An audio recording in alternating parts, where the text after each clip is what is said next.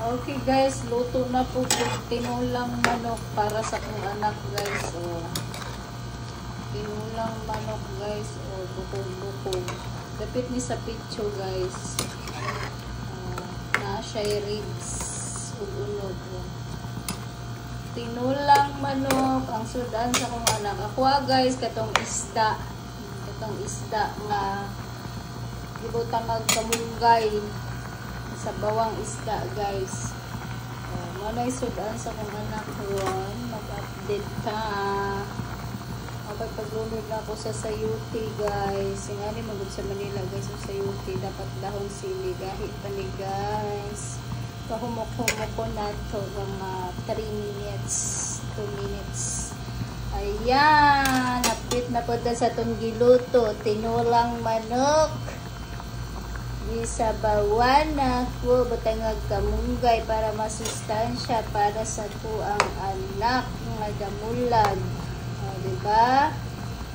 Ayan guys, lami kay na guys. Daw gawa na to. Yummy guys.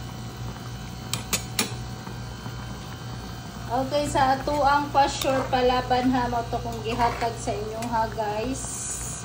Habang nagluto kag isda guys. So, salamat kayo sa inyong hangtanan. Salamat sa inyong pag-update guys. Happy Sunday. Today is Sunday sa tanang nisabay, sa tanang nihatag og barato. I want to congratulate sa inyong hangtanan guys. Congratulations kayo sa inyo ha guys.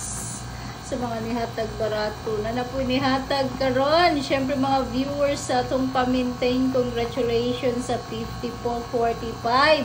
Kay pa-maintain dyan na nato na L2 budget 5445-6006. Giparambol dyan na ako. So sa inyo na ako kagahapon.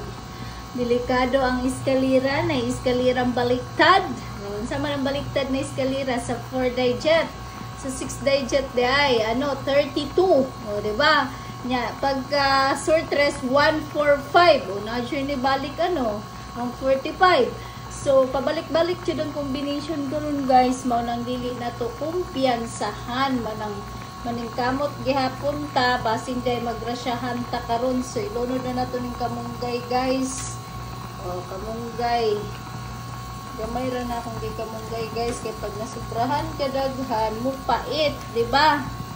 Mupait. Mo na itong tinolang manok. Kaganina